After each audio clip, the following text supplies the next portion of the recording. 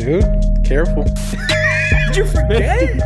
Realist Podcast. You Are Here Podcast, episode 135. You already know. Find the podcast on Apple Podcasts, Spotify, YouTube, the video, Anchor.fm, www.yourpodcast.co. We cannot afford the M. Welcome back. Welcome home. The realest podcast in the game deserves the realest sponsor in the game. Formosa Hot Sauce. FormosaSauce.com. If you want to... I'm excited, dude.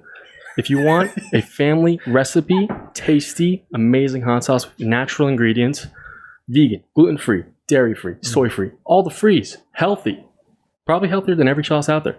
And the taste is not on par with any sauce I've ever tasted before. Okay. That's all I'm going to say. Yeah. FormosaSauce.com. Go get yourself some, boy. Today, I mean, if you're watching YouTube right now, you know already. But let me tell the listeners, we're in the Mikey's Playhouse. We're in the new studio, the den, the mud hut. There's many names. We haven't settled on one yet. Mikey just saw his notch for the first time, and we just notched Mikey's eyebrow. We promised you we would do it.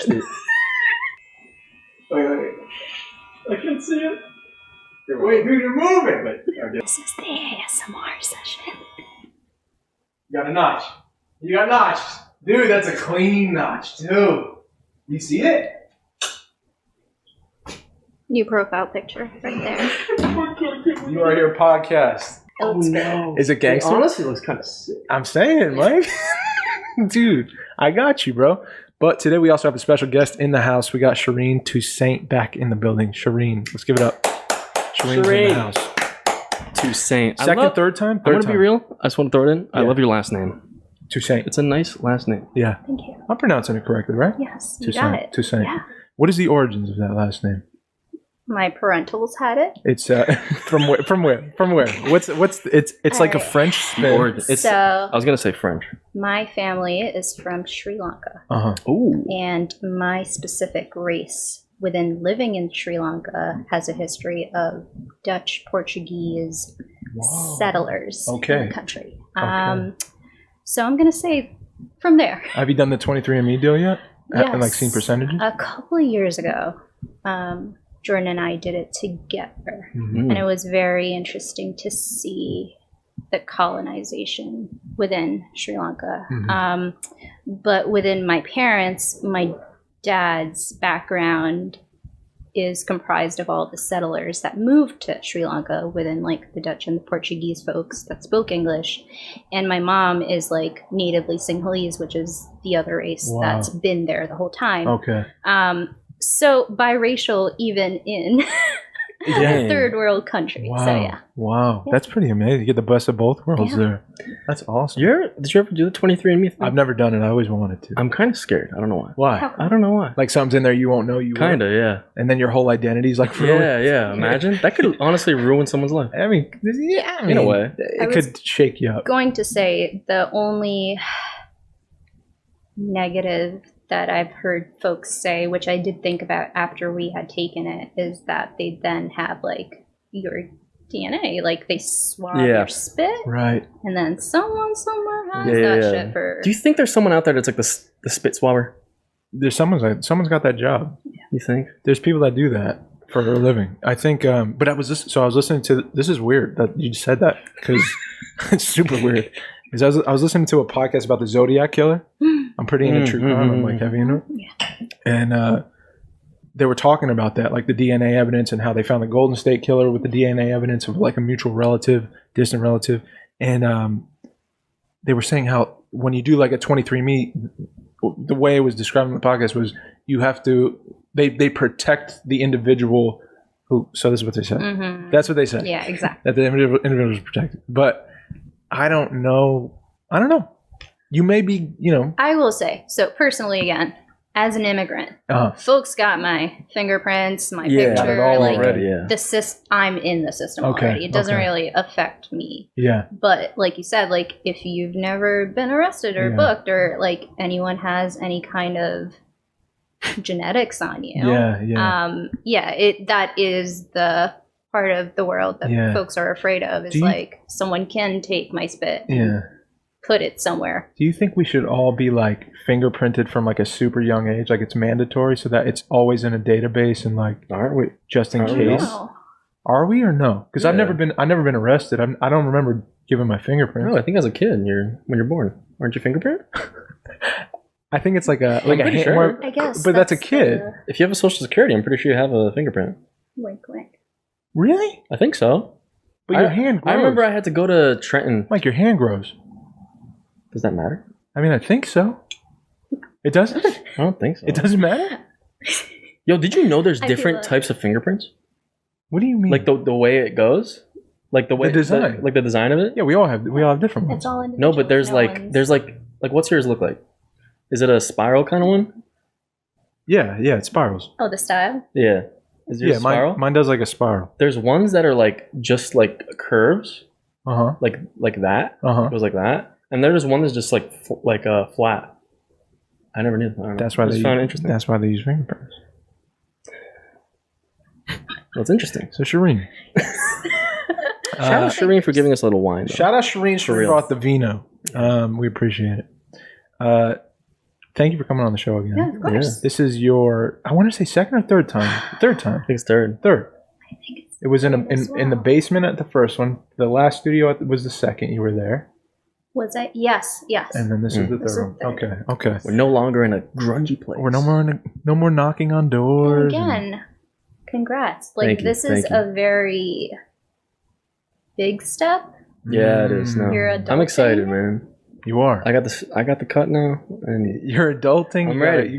I keep Adulting forgetting the right you way, got a dude. notch in your eyebrow right now. I can't wait till my parents are like, "What is that?" Dude, it's like so. It's so. It looks like it was subtle. meant. You did a great job. I'm not gonna Didn't lie. I? You did a really good job. Because I cared. I didn't want you to walk Yeah, around like a half shaved eyebrow. I just noticed it with the left side. I was like, "Wait, Is that bad? I didn't even think about the left side." Left side's the way to go, I think. You look more gangster. You look a little tough, a little street cred. I feel that. But Sherine, you were, for people who haven't listened or don't know, you can go listen right now to our episodes where Sherine was on. But you assisted big time. You produced the last short we did was "I'll Meet You There." It's in doing this little festival circuit now. Mhm. And I think I wanted to ask you just why producing? What is it about producing that you find suits you? What is the thing that attracted you maybe in your life, things that you always kind of done that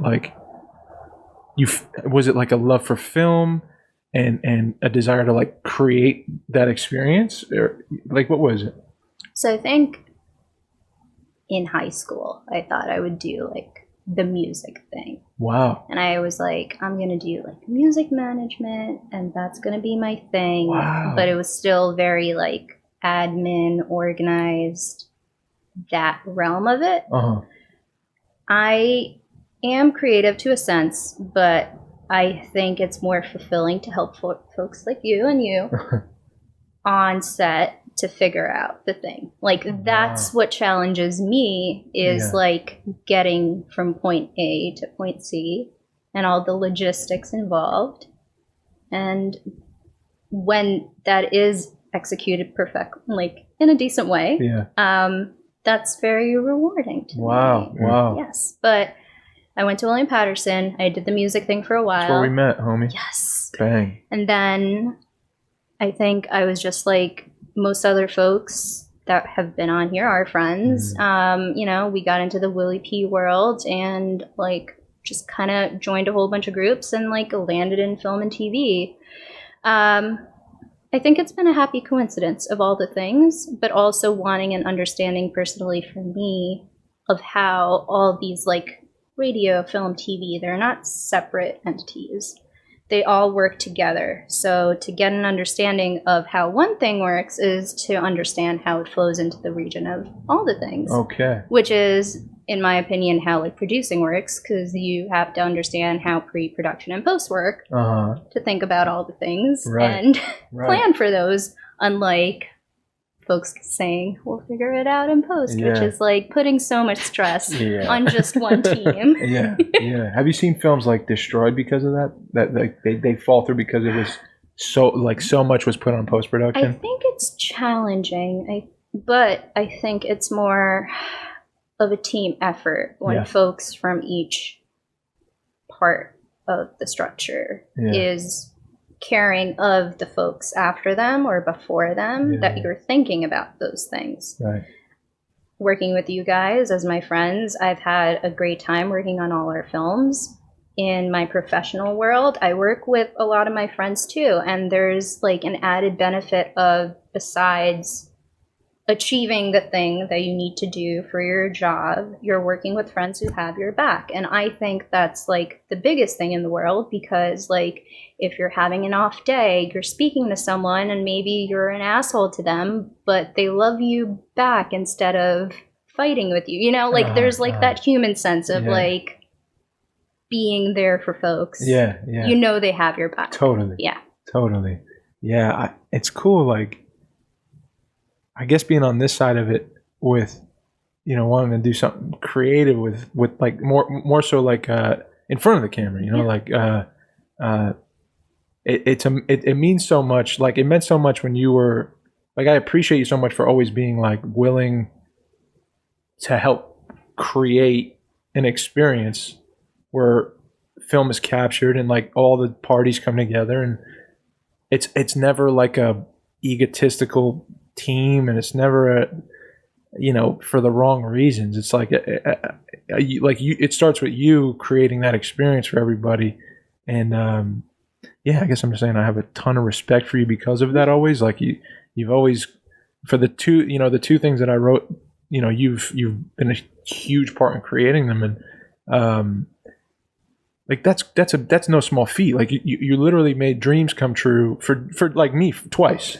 Like for real. Like I think that's how I look at it. So I'm always like, I have just nothing but respect and genuine appreciation for you. You know what I mean? That's sweet to say. Yeah, it's true. It's really true. You that's what you do with your job. I think is you have the ability to create, you know, people's dreams. You know, you can do that, and you have done that for me. But with music, like you said, music. Yeah. What music were you into? Like, what was it about music? I was like, you know, what was the band? What was the singer songwriters? Man, it was all about it. And you know, that's like the preemptive to film was like the storytellers of like being a teen with emotions and like listening to stuff. Those were my favorite, dude. And then like you watch music videos and you go, oh wow, this is like a short film. Yeah. This is great. Yeah, I think we are now getting into a world where a lot of artists like write their own music, something that I didn't realize until recently, like the Disney era from like the 90s, early 2000s.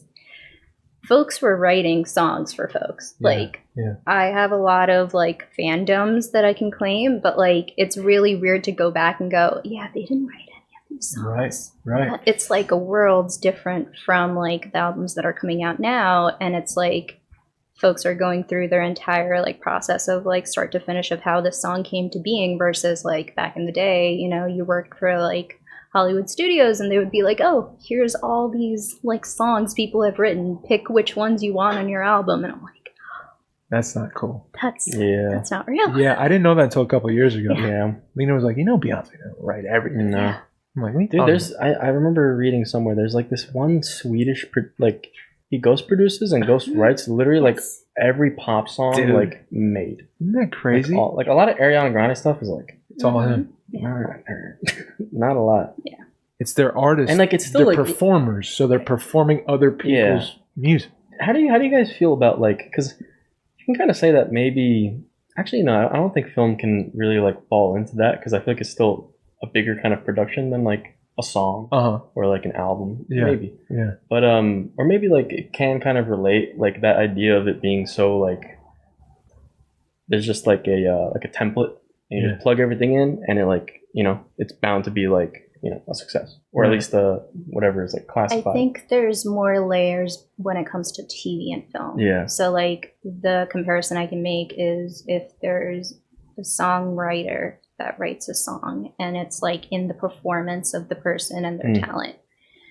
For example, if you option a book that becomes a film or a TV show, it's like more people are involved. So there's more audience. Layers. There's like the actors, the writers, the people who will film the thing. I think there's more like worlds to be explored, where it's like every little person is changing the original idea versus like with music, it's the song and the person performing it. Yeah. And okay.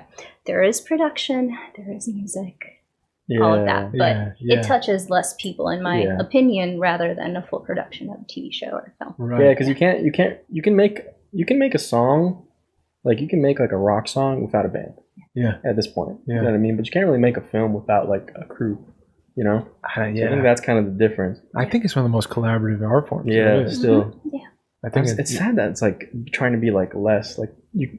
Like, who can manage the most tasks? You know what I mean? Like, that's the people we want. Oh, yeah. That's, like, the wear all the hats. Like, not to, like, toot my own horn, but, like, I've gone on job interviews and been called, like, the Jane of all trades. And I'm like, but why is that a thing? Why?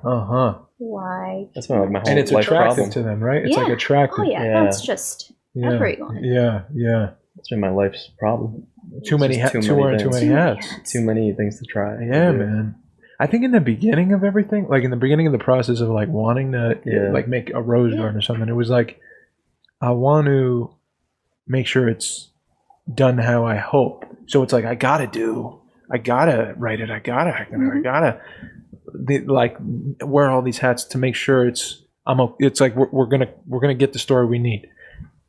And then, like, through doing stuff like that, you realize, like, well, for me, I can only speak for myself, but I just don't work. I can't do all those things. Yeah. I can't learn all those things and do all those things effectively. And if I focus on one thing and get really good at one thing and trust other people who are really good at their one thing, it's like, then you have a real team. You have a real, like, chance of telling a great story, you know? Not saying ours are, like, just amazing things, but yeah, man, I want to hone a really good craft in like two things. You know what I'm saying? Or three tops, but not do them all. I wanted to ask you, dude, what's happening with like the poetry thing? Is that like an on hold thing? So, I mean, I write still, but it's like I'm not. I guess I'm not doing the. Yeah. I was. This is good to segue here. Yeah. Let me get into it. sorry. It's the ASMR part of the podcast. No, so the poetry thing was big for me in quarantine. Yeah. I haven't really spoken to you about your experience yet, and I want to. Okay. But last year for me was very tough. Mikey knows, and poetry was like the creative outlet I had because there was no work. I didn't realize how much time and how much of my identity was in. Am I acting or am I not? Am I good? Am I not? Am I booking? Is there a future for me or not? If I'm not Dave the actor, then I'm not anything. Like, and once it went away, it was like, whoa, I don't like myself too much, you know? And so it took therapy and everything, but poetry became therapy for me as well. So, and it was a creative outlet that wasn't for anything. There was no rhyme or reason. It just felt right to put down pen and paper and translate it into poetry. And I've always been a fan of poetry. And that's what served me and continues to serve me, but it's no longer I gotta do it to make this book. It was like a way for me to get excited about work again, and I didn't realize I was doing it. But it was like this thing that took over. It was like acting was for me. And it became poetry, and like then I gotta get my manuscript, and I had fucking manuscript of poetry in 4 months. And I'm like, this doesn't feel right. You know, it was real poetry to me, but it wasn't it's me doing the same thing I used to do to create identity and feel better about myself instead of just being present, happy with who I am, loving myself. Yeah. Whether, I have a poetry book out or not, or a film out or not, or I booked a thing or not. So for me, that was my experience. So how was quarantine for you? Before I get into that, I will say I'm a firm believer in like not one thing can always be the thing, right? Yes. And I feel like love that. Like the only example that I could say at a basis is like if someone's like, I am not gonna eat any kind of meat. Like that is like a forceful attempt, and like respect to folks who can do that. But like it just like puts on this added like negative stress for any kind of sense when you derail from the path that you have set for yourself. When it's like truly your life, and you get to decide what you want to do day in and day out. And for you, if it's like a day on working on poetry that's different from what you've known since, like till then, that is also okay. Yeah. Right? Yeah. I think it's really hard when like you tell yourself, I am this one thing. It just like kind of closes the door for other things when it's like, just like you change as a person, you're gonna like come back to things. And it's like, maybe your manuscript is like something you will come back to in a year. And it's like, it's nice to have those like goals for yourself and like be like, maybe this is something I'll come back to, but it's like, it comes in phases, and that's also okay. Totally. I love that. I really love that. I wanted to throw that in. I wanted to ask you because I feel like there is something there. You know what I mean? Oh, maybe, thanks. I think you will maybe come back to it. Yeah, but it's like life will dictate that. Not Dave. I guess forcing an issue or pushing it for a thing. It's like when I feel it, I'll do that. Exactly. Yeah.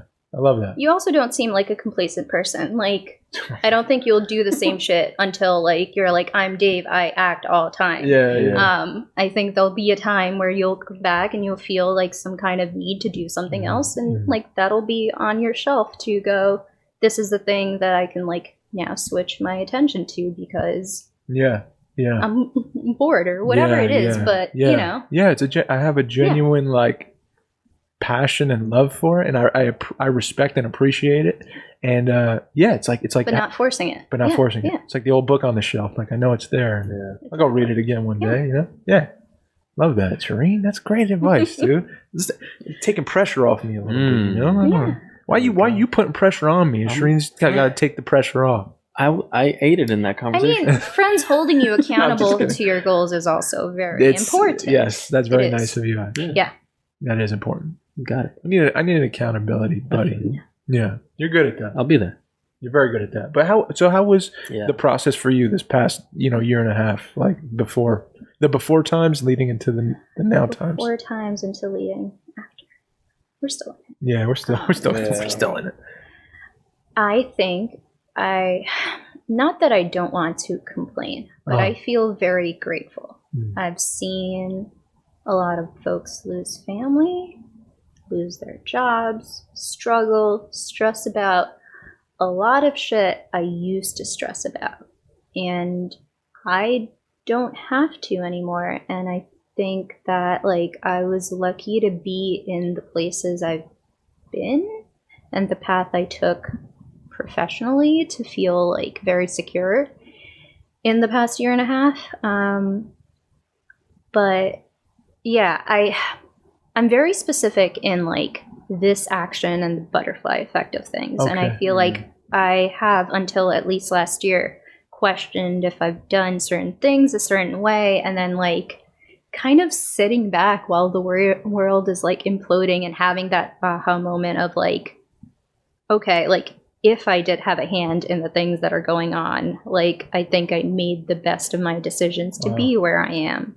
But if not, if this is just like a happy cosmic way of just landing where I am in both situations, just feeling very thankful to be where I am. Doesn't mean that it wasn't like scary during like the riots, as well as people dying and everything that was, the actual pandemic of it.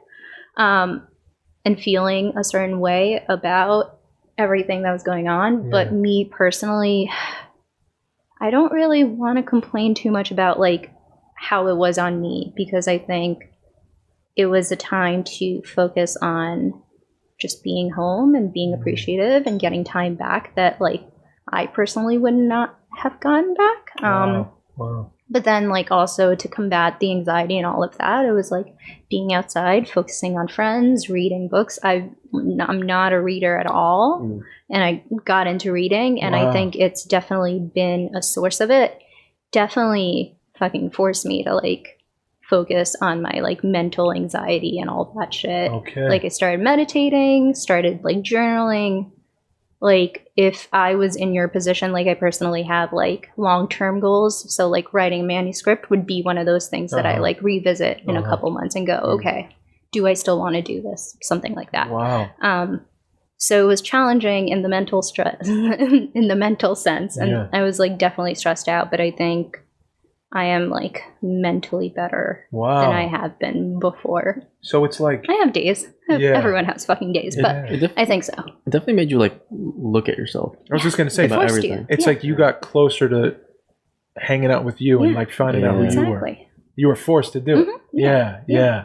Wow. That's interesting. That's very, I mean, I went through the same thing, I guess. Yeah. Like, you're stuck with yourself. You have to look at yourself. Yep. And the image was like, oh no. Yeah. You know? Yeah. And I don't think I It's handled terrifying. that really well, but I think you handled it in a very healthy way with like learning them how Oh, to there was meditate. shit. Oh, There yeah. was shit. There Yeah. was like crying and stressing out and like Yeah. freaking out. And I think for me, I was definitely like working in the city, having Wow. like friends that like don't live locally, just like I filled up my time with a lot of that stuff.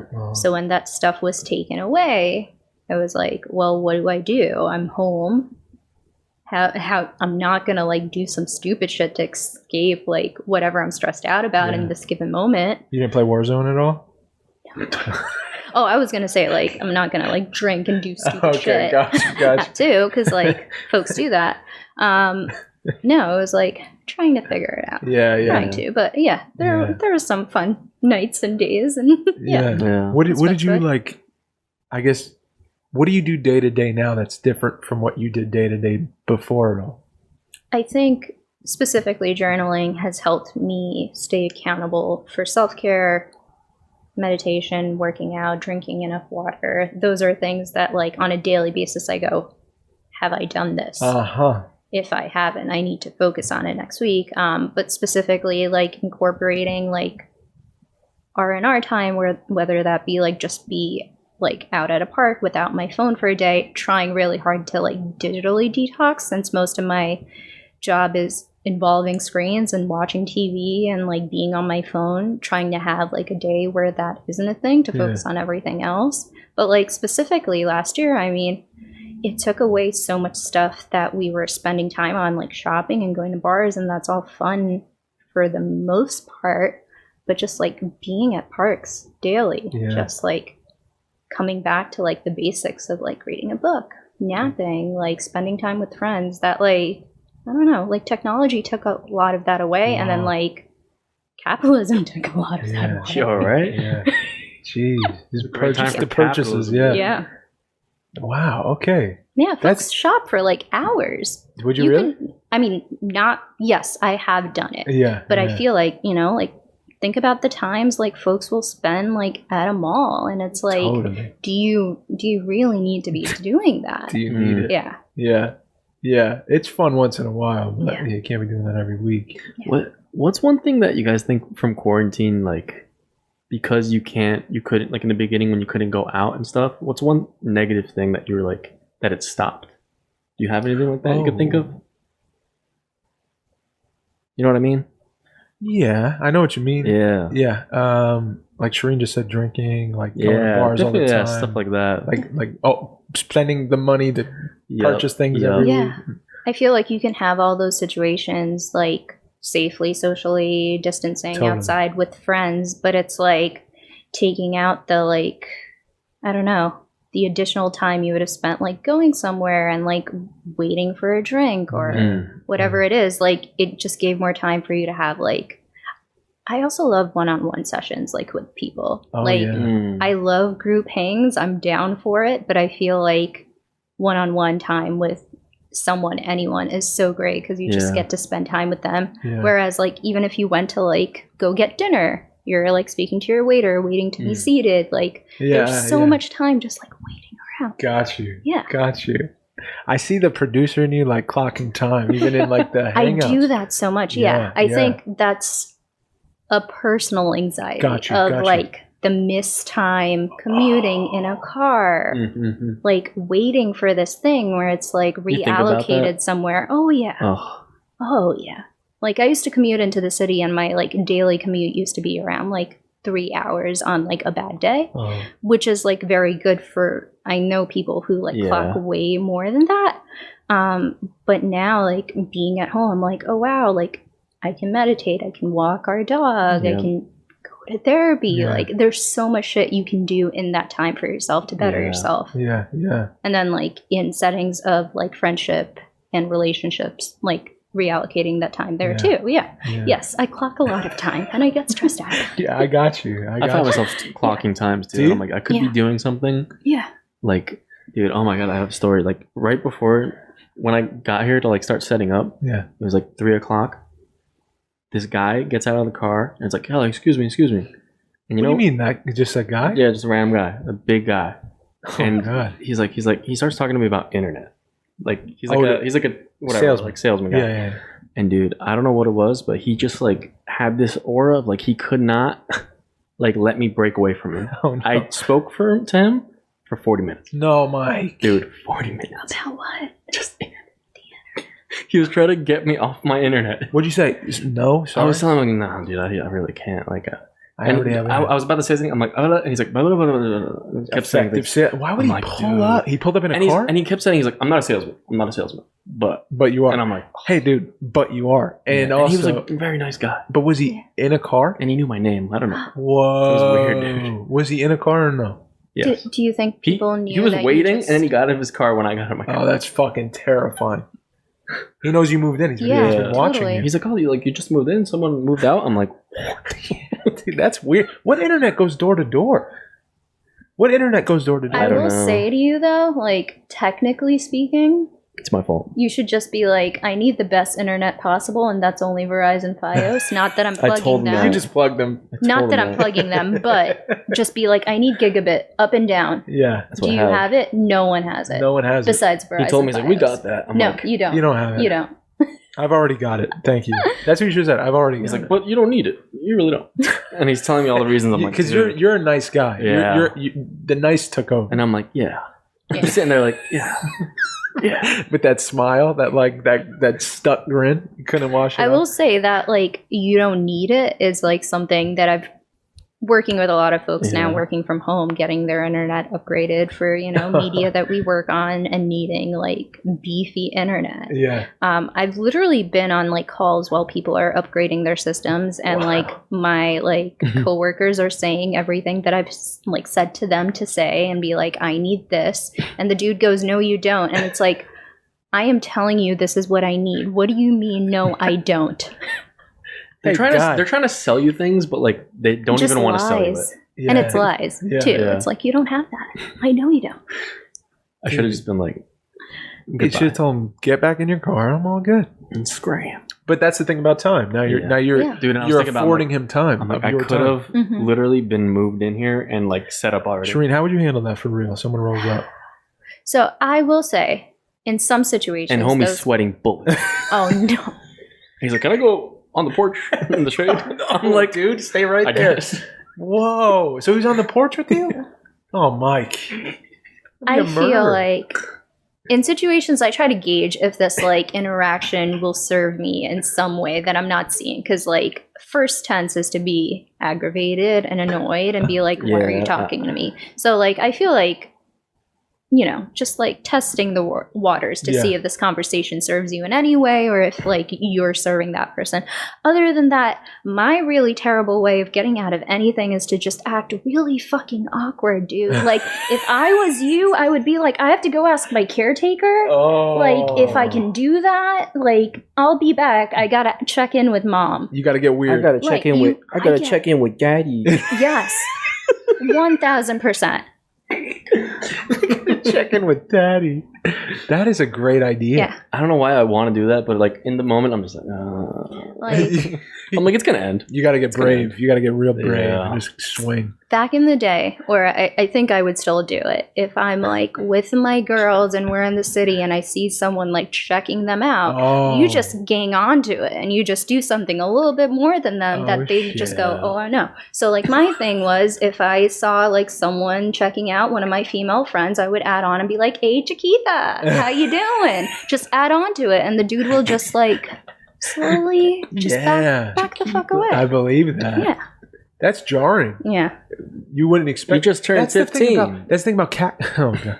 That's the thing about cat calling. Oh. I'm really into like catcalling. No, I'm not into it, but like I ask women a lot about this because it's like a phenomenon in my mind. Like, The cat Yeah, call, like thinking about because why. the cat call, right? What do you? Let's say best case scenario, right? Like you throw out a terrible, just phrase at a woman. Just sweetie, you look great. Smile a little, please. I can't even do it. Yeah, smile a little. Smile, That's a great one. please. That perfect. Thank you. Smile, girl. Just smile a little. And you would just go, Yeah. something Dude, really creepy. shout out Christina Pajitsky. She has the best joke about it. Does she? She's like, I'm gonna smile, and then fucking go blow you. It's like, yeah. Yes. So, but that's the thing. Like, what do you expect is going to happen? It doesn't make sense in my mind why any guy in their right mind would ever throw that out. And to me, I don't think it's because they want. You want to know what it is, dude? It's Wait, just like, let me get it out. I'm sorry. I don't think they want that. I don't think they want that. I think they do. No, I don't. No? I think they want to feel like they were seen, heard, and the worse a girl takes it, the more they're like, haha, like a joke. Look at because if a girl was like, wow, you're really cute, like what's your number? Yeah. I feel like a guy's head would fucking fall off. Who said that? He wouldn't know what to do. He wouldn't know because he's not expecting it. No one in the right. You don't go up to a girl in a bar and like, hey, smile, and it's like. So do you think it's 100% doesn't work? I think 100% of the time it doesn't work. That's what I think. I feel like there's got to be at least some people that it works for. Catcall? I Sherine, think so. Have Maybe you been in some rough catcalled neighborhood before in your life? I'm not talking. Yes, and I just made it really fucking awkward, and that was Because that's what a woman of a sound mind would probably do to a crazy person who's I throwing understand. a. I think in but there's general, crazies out though, there. not even like catcalling. In general, I think folks just want their space to say something negative in yeah. any space to be heard. and really, like there is no reaction if you And respond in like also a strategic way. Like if you were a logistical back, I think they would continue arguing with you.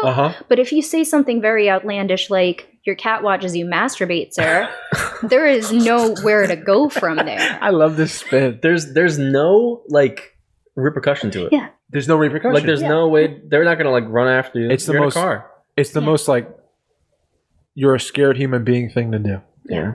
To get attention from I think a it's girl. just you're or from anyone. I think you're just at the lowest. You know what I mean? You're just It's like, a rough you got thing. nothing. It's a rough thing. You got nothing else. It's just rough, and I don't understand it. I don't know why construction people do it. I I don't know why that's a thing. Why is it construction work? Because it's literally you're grueling your whole life, breaking a brick with your hands, I would be upset and then too. you look up and you see like a nice looking lady. You're like, Just whatever. that's whatever it, dude. slides That's out all. of my mouth. That's all he has until he gets off of work at 9 o'clock and hits the bar. Yeah. It's You a know? rough. Yeah. So no disrespect to construction workers. I mean, you could give I'm just saying. you can give some disrespect because it's disrespect. But stop catcalling girls. It's not.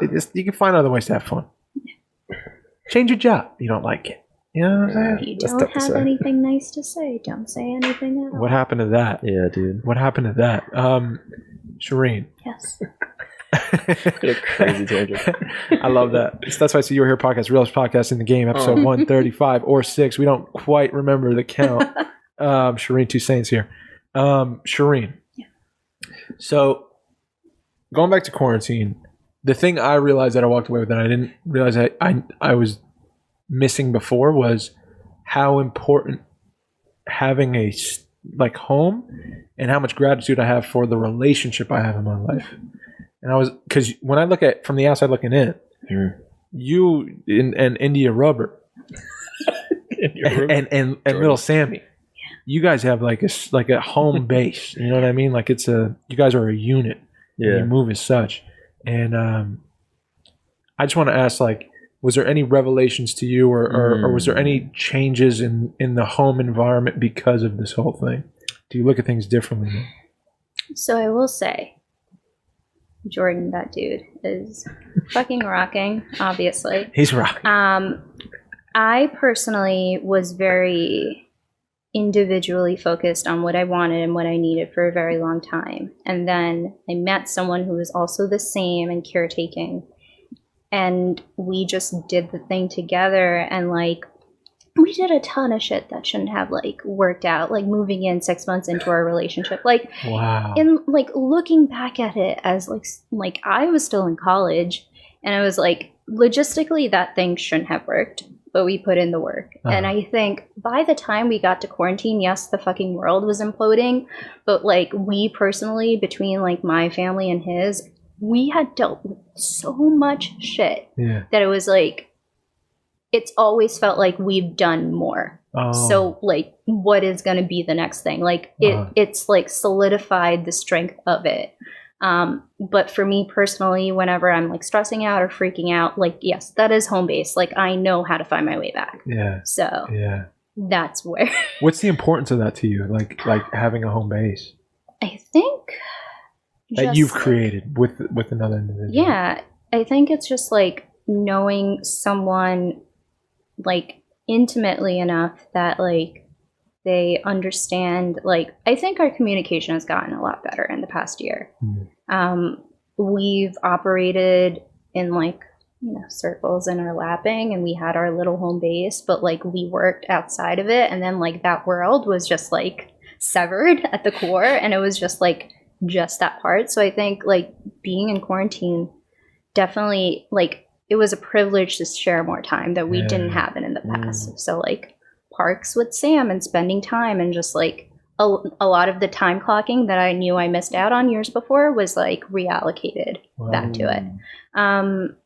But yeah, I feel like we communicate better and like sharedly feel very lucky to be where we are, because like, yeah, I feel like things have been rough for a lot of other folks. So, yeah, for sure. How do you think? This is the relationship podcast. Yeah, of course. How do you I'll just be over here. You just chill right there, dude. It's coming to you. It'll happen. It's gonna happen. I will say. Oh, good. Here we go. I will say. Here's my Sherine. opinion on relationships, and I've like said it to a lot of people. I personally think that two factors fall into place when you're in a relationship, right? It has to be the right time, and it has to be like right in general. Because if those two things are not compatible at the same time, you will force something that is like within not the right time of your lifespan, or you will force something where you think, oh yes, I need to be in a relationship, and it's like perfect timing, but it's like not the right person for you. Yeah. So those things need to be harmonious together. How do you feel about the Tinders, the Hinges, the what is it? Rayas? How do we feel about those? I think I'm lucky I don't have to do. I'm sorry. I adore you so very much, and I give you a lot of like energy. Like I see the attempts that are being done. I think it's just attempts. Trust me. For me, no, you're doing it, and it'll work out. It like folks just like will find each other. Yeah, it's true. I think there's like a level of like fakeness which I don't like, and I think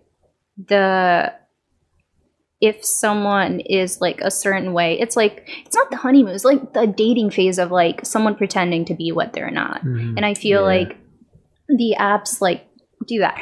I will say, I don't know if it's a real app. I think it's a show we were watching where it's like, oh yeah, it's from Ted Lasso, where they were like, you don't see the person, you just talk to each other. Yeah, that'd be sick. That's beautiful. I think that's a great idea. That'd be nice. Just talk, instead of the pictures and the bios. Yeah. You talk for a while, and if you think you have a connection, and then maybe it's a thing. I think it's harder now in our life, and like I think personally, like as a female and having friends, it's like if you're dating someone, the understanding is that you want something long term. And maybe this is me being a crazy person saying that, but it's like a lot of folks, I don't understand how you could date someone without the intention of like a long time. Yeah. That's not Mike at all. That's not a norm at all. Whoa. For me, I don't know what it is anymore, honestly, because being single for this long, it's kind of been like, I don't really know what the preference is anymore. Because like, I've kind of been through like all the, like I was normally like a long relationship kind of like that's all I did. I'm a firm believer of like just let things happen and it works, and that's how it happens. And you know, when feeling comes, and like that's it. You know what I mean? Like follow that because that's something inside. But like I've kind of been going around like trying out the dating app stuff once I got out of that, and you know, there's some good times, some bad. Now I'm kind of in this limbo where I don't know what I am. It's you know, because I feel like it's hard to find that like really serious kind of like person that actually wants to like do something longer. Yeah. And then I'm like, I just got my place, so maybe I'll just figure it out. Because we need to fill Sherine in on how it's been. Yeah. So it's been bone dry. Sorry. That sucks. No, it wasn't bone dry. No. Hey man, your boy went to Boston. So what I mean, the deal. What I mean is when I say that is a couple things. No. But in the grand scheme of things, it's been since the last time. It's been Sahara Desert. But at least you're not forcing some crazy situation to happen. Yeah. Like you're doing better animals? things, like getting your And I own almost apartment. did. No, don't do I that. was so close, but No. I'm not gonna. But no, you're right. I think it's like the timing of The things is powers so stopped important. me. I noticed. I think there's something at work outside of you. Like you work on you, right? Yeah. And the second you're so into your thing and you've clicked into like, okay, this is who I am. Yeah. This is what I like to do day to day. Yeah. This is how I feel about the music I listen to. This is me. This is Mike. Yeah. Dude. Then you're like a billboard for yourself. Yeah. And that's attractive. Weird thing too is like from working on this apartment, it's like I kind of like I was trying to do the whole like thing, the apps through that. Yeah. And I'm like, this is all I'm doing in my life is working and then like working on this. So, like, what do I have? Yeah. You know what I mean? Like all my passion stuff is I'm not really doing that. Yeah. Like all the things that make me me, I haven't been doing. So I'm like, I don't even know what I'm really doing. Yes. Or who I am really. Yes. So I think now that I'm chilling, I can like, ease into like relaxing again, living life like I, should. Not like every day, just I have no time for anything else. So now I can kind of figure out things, me alone, living myself. Yeah. And figure out who I am. Yeah. Yeah, you're going to grow so much. Dude. Yeah, I think so too. I'm excited. Yeah. I'm excited for you. Folks that have their own place is very, I don't know. I don't think it's like a thing that people have. Like usually you live with roommates or you live with family. Yeah, you got your own place. Yeah. Yeah. I mean, I waited for this. Yeah. I mean, Sherine, do we know anyone that we could set up? Is there anyone? Dude, I hate that whole idea. This is the thing, Mike. There's something I hate. There's nothing I hate more than just like a setup. Why? I don't know. It just doesn't feel authentic. What if it was like a setup to talk? Like not meet in person, but like a talk. I like creating situations where multiple single people You're are way there, better at this and than it's I am. like I could if see they that. find each other, But like that's it's fine. organic. But like a Yes. single, just like, hey. Because if not, it's like, hey, Mike, here's my single friend, and it's like pressure's through the forced. roof. I'm like, what do I do? That's a lot of pressure. rather than like having you in a room where other single people are there, and if you happen to have a conversation and it's organic, it's more than me going. Play, talk to each other. Play, you two. Figure it out. Well, so we'll talk after. There's a lot of growth. There's a lot of growth. Yeah. Gonna be a lot of get-togethers here. Yeah. So there is barbecues right outside. We got the whole deal. You. Yep. There's a bunny in here. You guys can't see. There is a rabbit munching on something. we need a bunny cam. We need a bunny cam. So that's pretty interesting, man. You talked about what makes you you, like finding out what makes you you. Shireen, what makes you you? What's something you found out that makes you you? That's why he's my co-host. Because we know a lot of things, but we don't know. What are your things? I mean, putting you on the spot to answer. God, I can't breathe. What makes me me? I have a big insecurity that I'm working on about not feeling like the smallest man and not manliest man in the room. It's like always the opposite. But this is how I feel, and I've acted out of that place for a long. Like I'd always feel, I'd size dudes up like this. Okay. Yeah. I'd be like, don't fucking. Yeah. This guy's way tougher than me. Like, don't mess with him. Or this guy's way cuter, and like he's gonna. When I was like single, like he's gonna talk to the girl I like, and like that's. I feel crappy now, so my shoulders are all slumped. I sit like, you know what I mean? So that's something that makes me me. That's one thing. I love shopping for food. I like going to the store and walking down the aisles and spotting things I didn't see and saying like, what can I throw together on Wednesday, you know? Same. So those two things that make me. Curation of food, activities, weekends. Yes, those are the things. Like love it. Same thing. Like okay. I'm a good curator of pre-packaged, easy to heat up. Love like it. I can heat up. I will say I think it's hard to heat up soup dumplings perfectly at home. You're so with right. Oh my steamer. god, you're so right. Oh my god, don't- Sherine, I did this literally yesterday, and I had to throw the whole thing out. You they become like Okay. hard if you do it. How do you wrong. do it? Here, I'm gonna like maybe judge So, you. Are we talking Alright. Trader How'd you Joe's? do? What are we talking? Trader Joe's, but like, how did you heat up? So the first the time I ever dumplings? had like a one to actually make at home was a Trader Joe's one, Okay. and I literally was like, "Hey, I'm hungry one night. Okay. It's like 1 a.m. You got to throw them in. I put them in the microwave." Yeah, But then I was like, all right, that's not the right way, but I just wanted them quick. Yeah. that's what I did. So I bought the legit ones, and like, I'm like, all right, I'm gonna do the same thing I did. Okay. Dude. So it's You didn't not. try out. It's not the No, dude. dumpling. The It dumpling was is- raw. No, the Oh. dumpling is fine. The dumpling is fine. It's the microwave that's the problem. If you go to like a Kmart or any kind of like Asian grocery, I'm telling you, it's actually not that expensive, but you got to get yourself like a bamboo steamer. Like Oh. that is step one. Controlled timing. That is like not a microwave.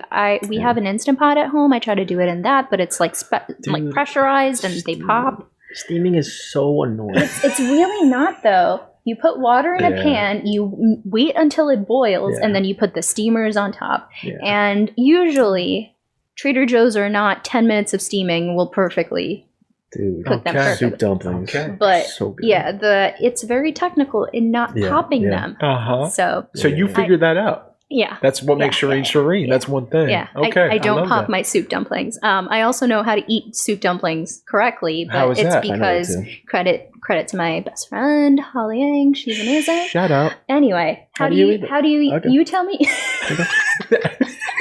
Well, I go to a place, and that's where I normally eat them. Okay. 'cause I can't make them myself, but obviously.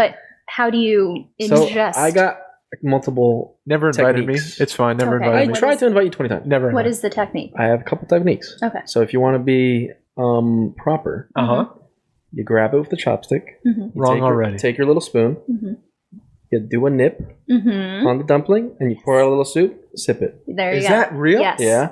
That is how you do So it. you could do that. Okay. Let's say you got a hot one, and you're like, all right, I want to eat one, but also have one ready because they're super hot usually. Yeah. Yeah. And you know where I'm going. Yes. They give you a little side sauce, and you just dunk it in there and let it soak Yeah. and cool down a little bit. Mhm. Now that juicy little flavor goes right into there So and the, cools it I'm down. the impressed. Man. little dumpling, you bite the tip, Uh and in the same motion, you can also suction a little bit of True. the soup. huh. Okay. So you're getting a dough to soup ratio. Okay. And while it's opening, it'll cool down a little bit because those It's too fuckers, hot. they're hot. Yeah. They get really hot and Yeah. then they get like very Ice cold. cold. Yeah. So it's like a game of how soon you can eat your soup dumplings. But yes, you bite it off, get a little bit of the soup, put a little bit of the sauce in, and then it's like a little dumpling packet with a little bit of the soy sauce That's mix. really technical, Dude, and I It's love so it. technical. But I love that there's a technique, a right technique. We're going to that place near here. Is there one close? I'm gonna have a Stylo come out too because he Beautiful. showed him the place. He's got all the It's so spots. good. Shout out Oh my Stylo. god. Yeah. Also, when we go to like Chinatown, True. Oh yeah. as yeah. we've spoken about True. before, the Exactly. the dough is very important because certain places have like very light doughs that break, Uh-huh. and then some of them aren't like perfectly good for steam. Sorry. When you said we've talked about before, I was like, when did we talk about this? That was like, yeah, exactly. And he goes, yeah, exactly. Yeah, like it's like you and Sherine are talking about it. I never talked. We spoke about it because Mikey had posted a picture of Chinatown, Okay. and we had spoken about a couple of places there. It's my insecurity. You don't even have to explain yourself. No, but- it's my. I want to be a part of everything all the time. No, I mean you're involved in now the activity of going and getting soup dumplings. I just like No, you have don't. to make it a thing that like the best ones you will ever get Yeah. is in Chinatown.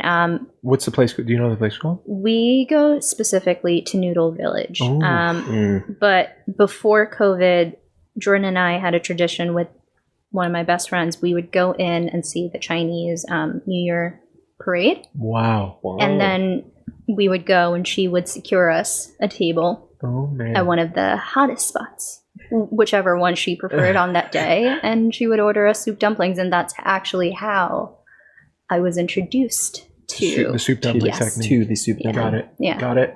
froze our podcast- asses off and then had some soup dumplings after. Where else can you get this soup dumpling eating technique? No, no. Yes. You know where to find it. Dude. You are here eating okay. soup dumplings. I have a question. I wanted to bring this Yes. up. This was from shout out Carrie Brennan. Shout out Carrie. Carrie Brennan, lovely human being. You would love her. She read this book and she got this excerpt from the book and she just highlighted a part of it. And just wanted to read it and then get your opinions. Okay. So it says, I've learned that many people are just bridges to someone else. Some people become bridges that you take back and forth to get back to yourself. That's how I interpret self-defining relationships.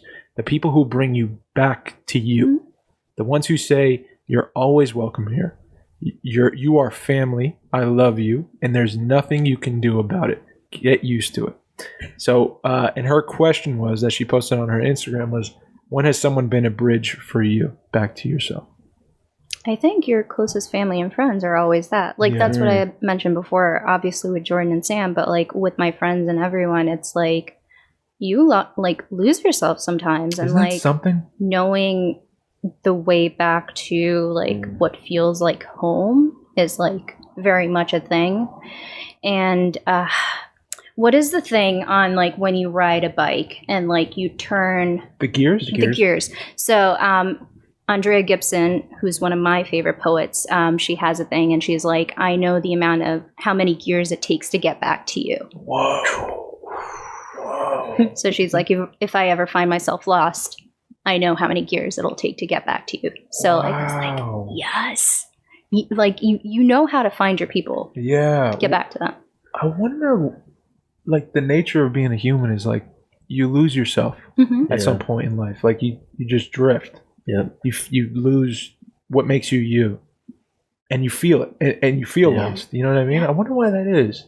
Why do we as like just it's inevitable almost. We're gonna drift off our path. I think because everything's constantly changing, no? I mean, It's everything like around you. the exterior. You know what I Something mean? happens in life, and dude, Sometimes we take for granted just how much like one person leaving could like Totally. destroy your life totally or change everything. yeah. I think, You know? the folks that are very close to you who like, it's like that testing thing, right? You can be a complete asshole. And like, I've been in situations where I've had like conversations where I want to be an asshole back and I'm like, yo, you're like not doing the thing you should. But like, if you acknowledge, hey, I love this person, you can like see that they're going through something and you go, all right, I can throw this shit back, or I could like take a beat, be empathetic, show them love. Because like, if you give them that space to just like maybe like spiral out a little bit, they'll know how to get back to you. They'll find it. If you fight it and like you're an asshole back, like you could potentially lose it, which I think is also a very shitty thing that folks sometimes do, which is like, if you know you're not going to lose someone, you can be an asshole. You can be a real asshole. Yeah. And it's like, just because you know you can't lose someone doesn't mean you should like take advantage of them. Oh yeah. So yeah, we know this. Wow. Yeah. You're so right. Yeah. I want to throw out, like a relationship I think of is when my brother left. Me and my brother used to be just like, together, like all the time. Like, we were so close. Yeah. And he moved to Japan. And that was a big change for me because I literally lived with him every day, saw him every day. And it's kind of like this part of me I felt was gone. And I felt myself kind of changing in a way. Like, that was the person I could really be like 100%, 110%, like my weird, whatever, anything self. Yeah. Like, I don't really, even that, I don't show it to like a lot of people, maybe a couple. But like, that relationship kind of like, him leaving kind of changed me because I can't really like in person have that like connection anymore. So one thing I like kind of, I don't think I like, it doesn't seem like a replacement thing. You know what I mean? Because you could think of like sometimes you replace like a certain whatever relationship with something else. Yeah. But like I started meeting up with my cousin a lot more, Fabricio. Yeah. Shout out to Fabricio. Shout out. And we were close in the past, but like him and my brother were like super close and like kind of like on that level. And I just started like meeting with him more and being like, oh, like I should, reach out to him more, because we would always hang out together, but never like ourselves. Yeah. So like that relationship grew even stronger. And now we're like, we hang out all the time. Yeah. You know what I mean? And I feel like that same like love and like we could just be open and do whatever. Yeah. You know what I mean? Yeah. That's Absolutely. awesome. Absolutely. Yeah, dude. I think like with I was just talking on a podcast today about I'll meet you there.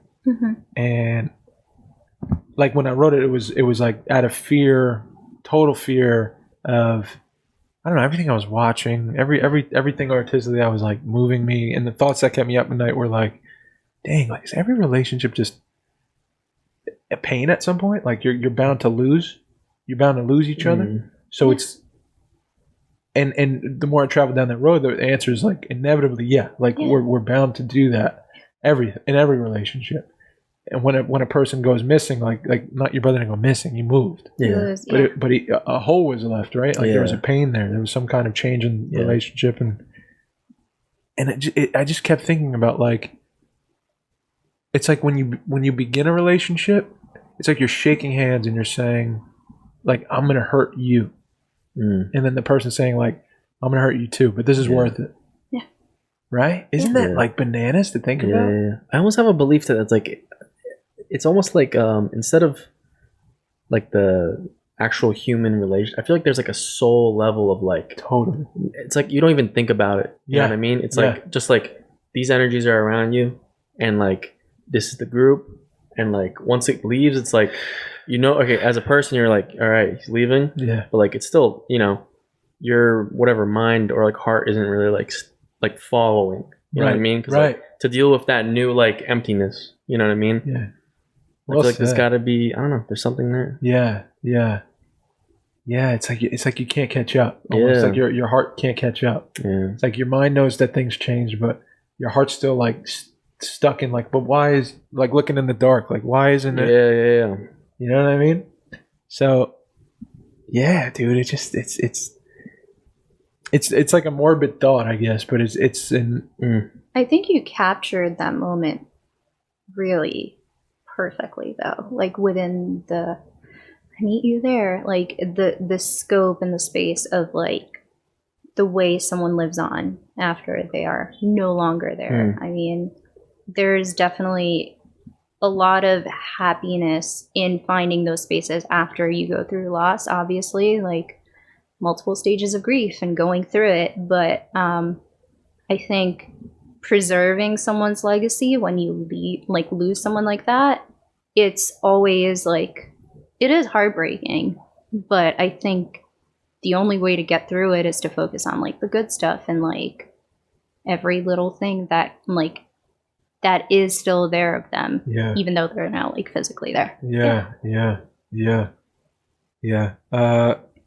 They also make you the person you are, like coming out of it. Totally. Right? Totally. Family. Isn't that funny? Yeah, family, friends. Like I can like, assign certain attributes I have based on like my growth and like people that have affected it. Like that's not going to change. Yeah. Yeah. Wow. It's like we're all alive at the same time. We just happen to be. And then we find each other and we like bounce into each other and we stay for a time, and like then someone sends you into a new path of life, right? Like you're because you guys clashed, you're on a new path now. You're changed forever. Like you'll never be the same. Isn't that something? Like we're so affected by each other. Yeah. I find that amazing. I find that like, and this was cool. I think, well, it's cool to me. I don't know why I'm saying this. It is cool. So show Normal People. You ever check it out? Yes, Hulu? I've seen it. Yeah. Okay, so I was blown away. Okay. To me, that was like super intimate, too many sex scenes, but like very, very, very like important sex scenes at the same time. I wasn't like for the first time like, come on, Sexual man, intimacy speed it up. Also important. Yeah. So I pulled this little excerpt from the book. Okay. And I wanted to read it because I wanted to get your opinion. All right. Yeah. Because changing people, I speak to my therapist all the time. She says David, you can't change people. Okay, Yeah. you need to lower expectations and accept people for who they are. Yeah. So I'm like, okay, hear you. The book says, what they have now, they can never have back again. But for the pain of loneliness will be nothing to the pain that she used to feel of being unworthy. He brought her goodness like a gift, and now it belongs to her. Meanwhile, his life opens out before him in all directions at once. They've done a lot of good for each other, really, she thinks. Really. People can really change one another. And it opened up my mind to the thought of how much we change each other, what we're talking about now, Yep. and how much power we have to change each other for the good or for the worse. You know, when you said the thing about when you know someone's there and they're not leaving, you can really be a dick. Yeah. And you can really hurt somebody, you know, for forever, you know, just by the way you treat them in moments for the time you have them. And it's what, I don't know. I just think it's something we should bring up more often. It's like, what effect are we having on each other? Yeah. You know, like checking in instead of like me. What do I need? What do I need? What do I need? What do you need? Like, am I making your life worse? If so, like, I'll take a step back. I will say I'll adjust. something that, like, I got really good advice from one of my best friends, Anna, Okay. a couple of weeks Shout ago. out, shout And out, it Anna. was, if you are experiencing something, at least like within a friendship or within a relationship, and you're feeling some way, it has to be communicated to the other person. Yes. You cannot expect that person to react in the way you want them without telling them what you want. So, like, if something is lacking within, like, a friendship or a relationship, whatever it is, you have to give them the space and tell them it is what you need for them to then, like, show up. Yeah. If they decide then not to show up, then it's like you have your decisions to make and figure out what's going from there. But, like, oh man, if, like, you don't text me for 2 weeks and I'm like, Dave needs to speak to me, how dare he not message me?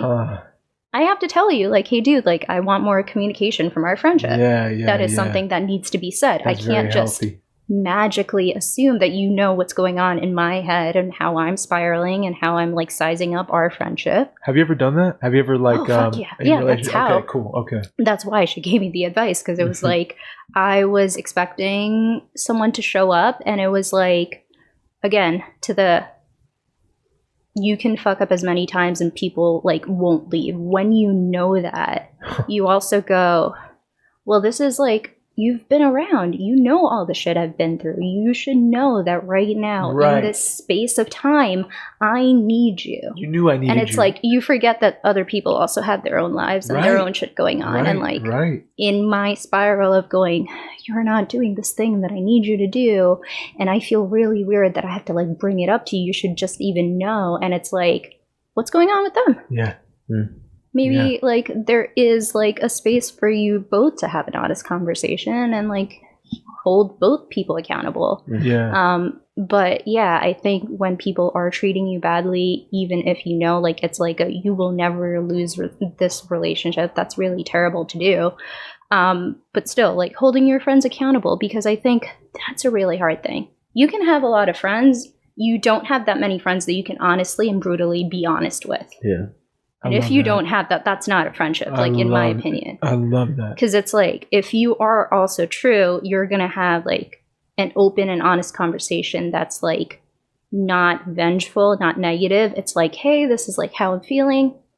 Want to make like, this is, I'm just sharing with you. Yeah. Do you want to talk about it after? Like, let's see. But, like, I'm telling you how I feel, not, like, me saying it in a very nasty way that, like, off the bat seems like everything's going to implode. Yes. Yeah. Yes. I love that. Dude, I think that, like what you said, like you really know when you have, like, that kind of, you know, like, a relationship that you both just care about each other, is when, like, you're not doing any of, like, the sizing up dumb, like, friendship gymnastics. Yes. You know what I mean? Yes.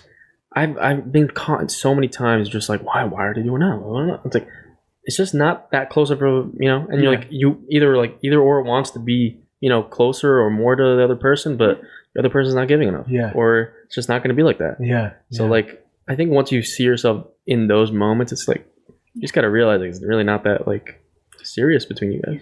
I mean, it's also shitty. There are like, times where the but we've been friends for so long. Oh yeah. Yeah. And it's like sometimes people also grow apart. Yeah. And like relationship wise, like the only thing I can compare it to is like if you know something's not gonna work out, please don't waste like 5 years of someone's life pretending.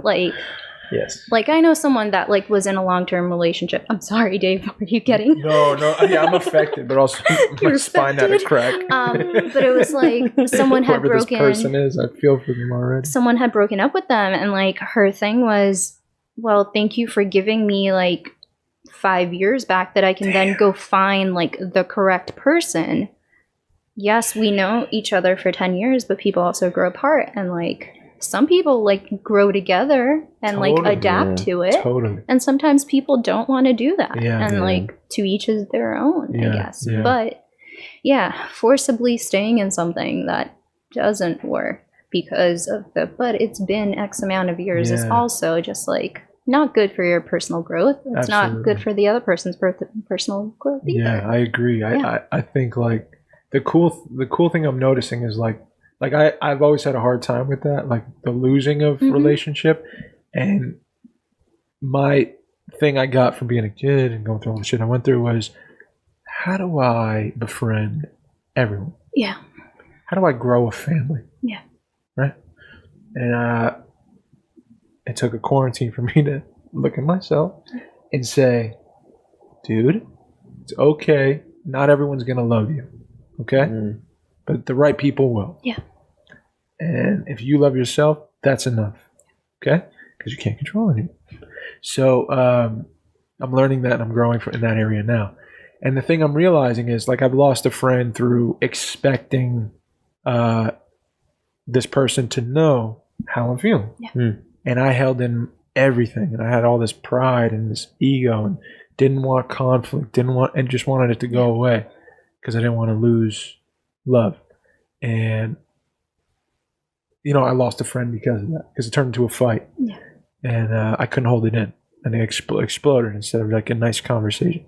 So, but the thing I'm seeing is the care I have now that's left. It's not like because I can't be friends with everyone, and I know that if I have been close to you in the past, and for some reason life has dictated we are no longer that way, I still have so much love and care for that person because of what we were. I mean, I will say I have like certain relationships in my life that are for personal reasons. I've held that boundary of like I can't interact with you. You cannot be like in my life currently as it stands.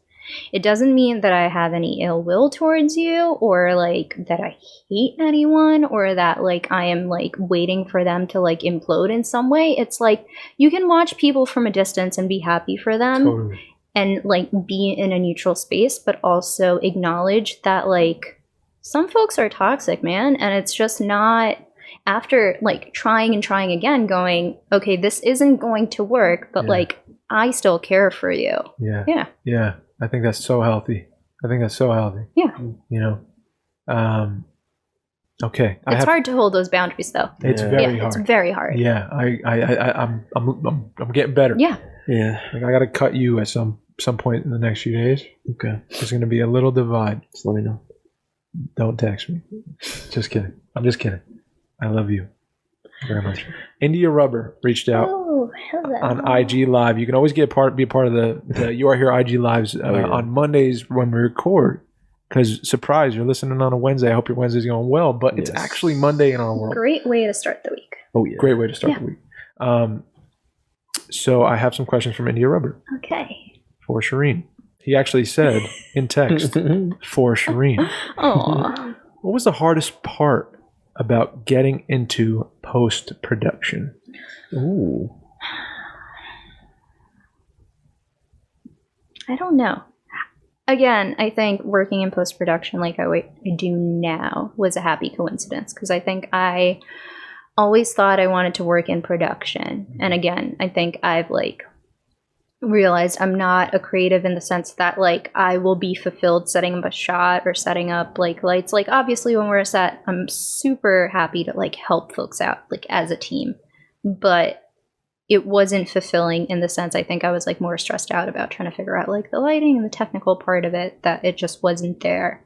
And then I landed my first job as like an assistant editor at Fuse, and I think I just like happily fell into a position where like I didn't know a lot, and a lot of my friends now like, you know, taught me the ropes and went through it, and I like happily landed in it. And I think now it's being in it for as long as I have, trying to find things exciting and like going through the motions and like trying to find new things. I think I was doing a lot of the same thing for a very long time, but now like the challenge is to figure out like what can continue happening and being excited for it, and also not like freaking out about it, because like truly technology is ramping up so fast that I go, holy shit, how could like anyone ever do this? This is like crazy. This is wild. Right. Like we were watching TV on like a cable box a couple years ago.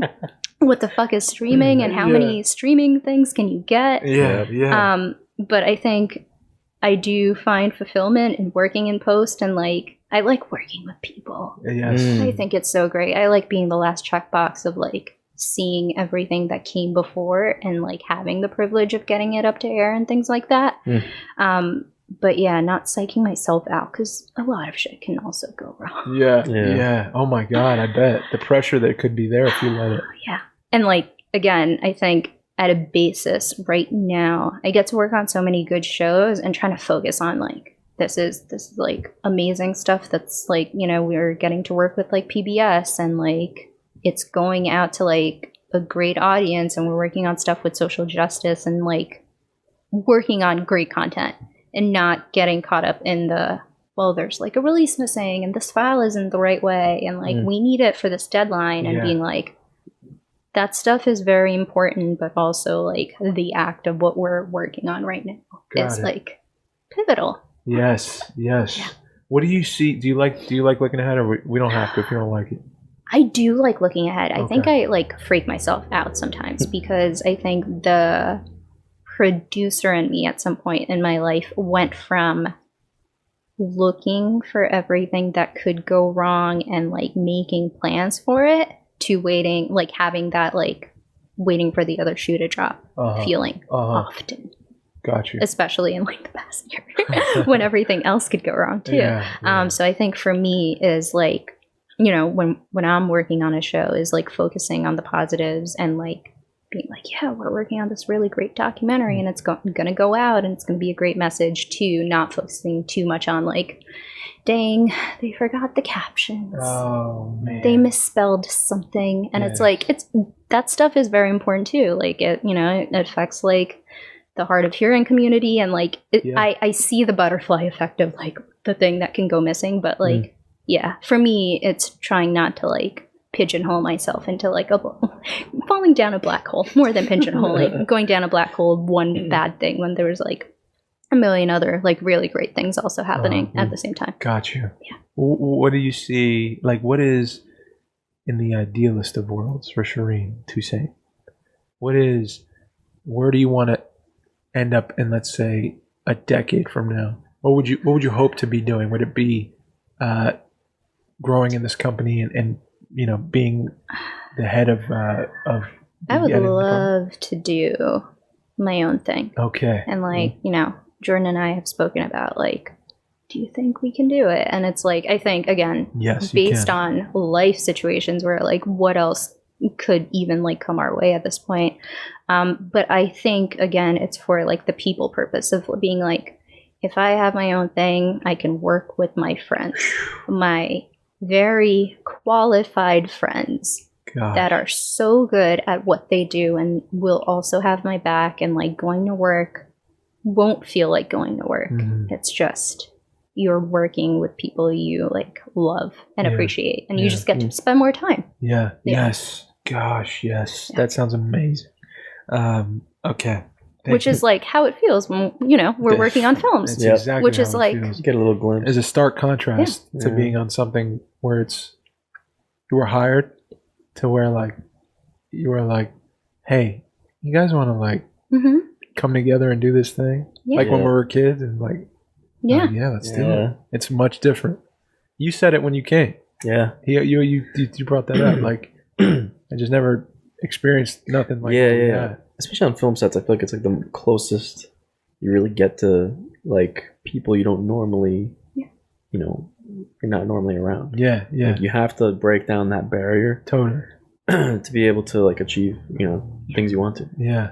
And it could be a cold place. Like it could be. Yeah, yeah. There's definitely been a lot of, Oh yeah. you know, From dark beginning spots, to end, but, from you know, working with even post production. but once you have like that, like the team on I'll Meet You There is like, that was the most cordial, like friendly, and like, just like well-oiled machine that I've ever worked with. yeah, Because everyone I think- cares about each other. Yeah. Right? yeah. Like, obviously, we had not worked together, Yeah. but I identified Mikey, Dave's friend. Dave is great. I adore Dave. Yeah, yeah. So Mikey will also Yeah. be great. yeah, But, like, there's no egos. There's not, like, anyone, you know, being the king of the thing, right? Yeah, Everyone's Does Dave? doing their... come on now. Everyone's working on their own specific parts, like helping the team along. Yeah. Which you don't get that if you're not I guess you do in some senses, but like specifically, it's rewarding when you work with friends So because rewarding. everyone Yeah. is looking out for everyone. Yeah, and selfishly, that's like all I ever wanted. That's what we want, yeah. Yeah. At the end. Yeah, I got another question from India Rubber. You guessed Oh, it. yeah. What would you like aspiring female filmmakers to know about coming up in the industry? Oh man, Great question, man. That's a very good question. oh man, just like be unapologetically yourself. Like there's like a time and space where you're professional and you have to say things and smile and be nice, but I think like don't like lessen your space for other folks to be more than you are. Like you should be able to like do your thing and like be proud of it and be happy in it. But like specifically during like the quarantine, there's like been this thing of how like females send emails and like overly apologizing for something, Really? right? So it's like if you're saying sorry, like the joke was like in parentheses a female emailing, because it's like if like a dude didn't understand another dude, he would just be like, what the fuck are you talking about? Wow. And the guy would be like, per my last email, this is what I was fucking talking about. Did Yeah. you miss it? Mm. But like I, you know, even in my day to day, I'll have a question like arise that I've already answered, and it's like, sorry for the miscommunication. Okay. Mm. Here the thing is, I'm like, it really sucks being in that space. Yeah. So I think like knowing how to play the game, but also like not letting your own personal shit like sit aside from like what you want. It's just really messy with like, I think professional settings. I think again, I will be very like lucky to say that I'm in a space where like if I'm saying something bothers me, I'm heard and I feel heard. And like there's definitely actions being taken upon if I'm like, yo, like that thing wasn't cool. But I also know a lot of places where, you know, like the female assistant and the female folks in like lower positions are like scapegoated for a lot of things that aren't their Right. thing. So Right. yeah, you find your space and Uh-huh. then just like hold on to it. Okay. Be unapologetically you. It's like attack Yeah. those traditional like Yeah, roles, I guess. it's like it's a moderation of two, Yeah, right? You yeah. can't be like demanding because like I'm also not for like I dislike people that like try to do like the check boxes thing of like I'm this and I'm that and blah blah blah. Mm. And because of that, like I demand this space Uh-huh. in this way, Uh-huh. right? There's a way that you do it where you're not coming off like super aggressive, but like just like being in the space and like being like confident in what you do too. Yeah. People are allowed to fuck up. Absolutely. That's fine. Everyone makes 100%. mistakes. Everybody has those days. Mike, you have any questions for Sherine?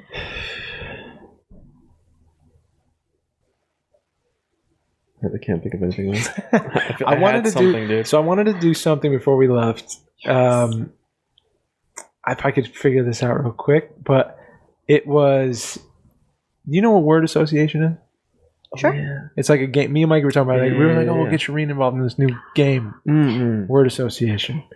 Now I don't know how to do it, That's a but good I was just start. thinking like We say words and then you say what, Okay, right? let's do this. Is that okay? Yeah. We'll just do like 10. Yeah. Is that cool? Okay. You got 'em all? I can do 10. I'm gonna get it right now. I'm gonna get it right now. Got it. Random word generator. Does this tell you more about like? Well, because it's like you get a little insight. Okay. And we'll keep it like it's spicy, like Just it's hot Sherine? round. We gotta just Sherine? oh, you want to get involved? No, yeah. Let's do just Sherine. Okay, it's just Sherine. No. And then we'll judge about what your answers are. Okay. All right. Okay, I'll be ready? the only one that's judged. We'll do 10 words. Okay. And this is cool because it's like you might say something you didn't expect. Yeah. These are some weird words. Okay. Average. Okay. Okay. Exemption. Not okay. Oh. That's 2 words. Okay. Doll. No.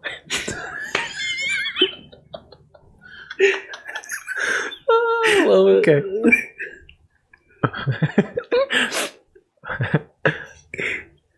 Oregon.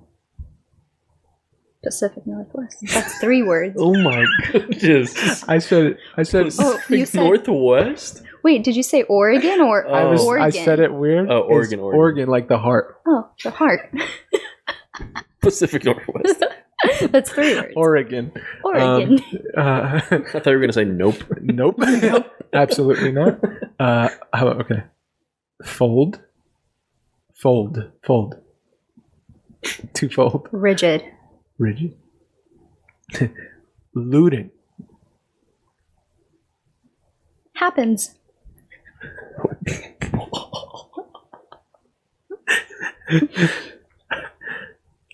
Click.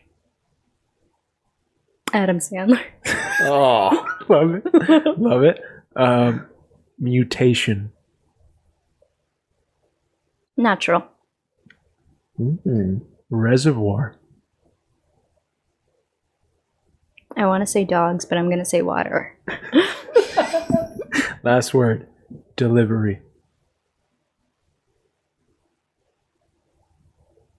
Stressful. Can I fix one of my things? Yeah, sure. Yes. And I forgot what the thing was. For looting, I would say justified. Looting justified.